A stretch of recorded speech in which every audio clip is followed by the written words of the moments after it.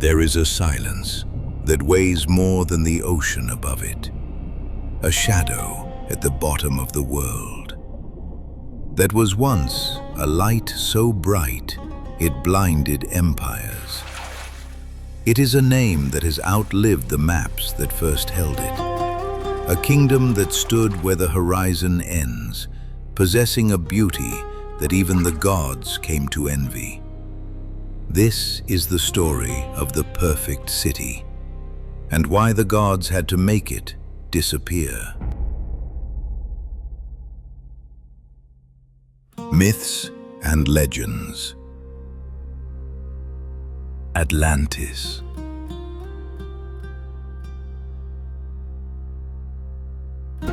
Imagine a city built in circles, concentric rings of land and water, linked by bridges that reached for the horizon. At the heart of the island, a temple rose, clad in gold, silver, and the red glow of orichalcum.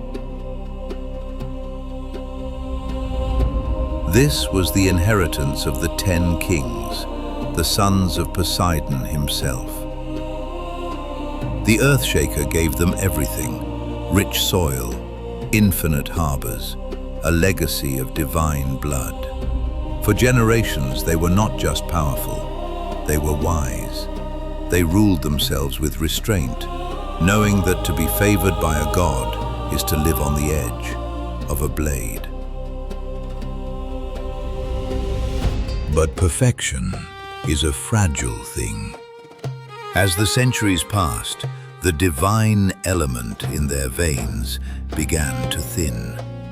The Atlantean heart grew heavy with human desire. Restraint was replaced by entitlement.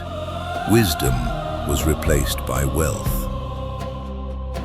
The city no longer looked at the stars, it looked at the world as a prize to be taken. They built a navy that darkened the sea. They marched across continents, imposing their perfect order on every nation they touched. They believed they were immune to consequence.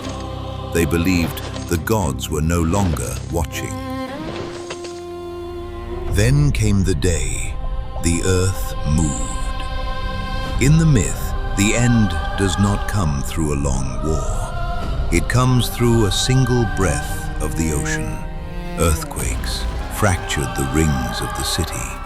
The sky turned to ash, and the sea, once the source of their wealth, became their tomb.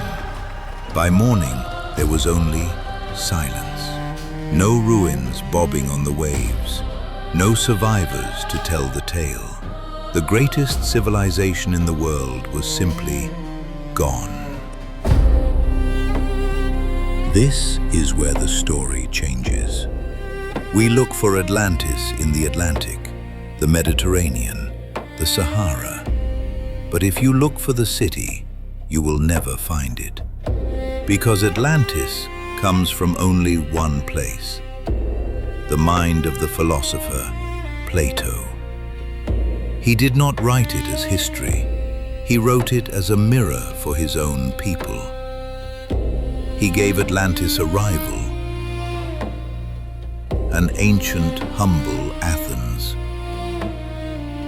One was rich, powerful, and corrupt. The other was poor, simple, and disciplined. Plato didn't want us to find a lost island. He wanted us to see that the city with no limits will always be destroyed by the city that knows its own soul. The myth of Atlantis is the wound at the center of civilization. It is the story of what happens when power outruns wisdom. We are obsessed with the lost city because we want to believe that greatness can be eternal. But the gods of myth offer a miracle, but not certainty. Atlantis reminds us that collapse does not come from weakness. It comes from forgetting why strength was earned in the first place. It is the shadow that follows every golden age. So we continue to scan the ocean floor. We look for stone walls and sunken gold. But the true location of Atlantis was never lost. It exists wherever success replaces balance. It exists in the silence after the fall. In myth, the most dangerous cities aren't the ones we can't find. They are the ones we've forgotten how to leave behind. Because the sea is deep and the gods are still watching. Myths are not records of the past. They are mirrors of the human mind, passed down, reshaped, and remembered, long after the world that created them disappeared.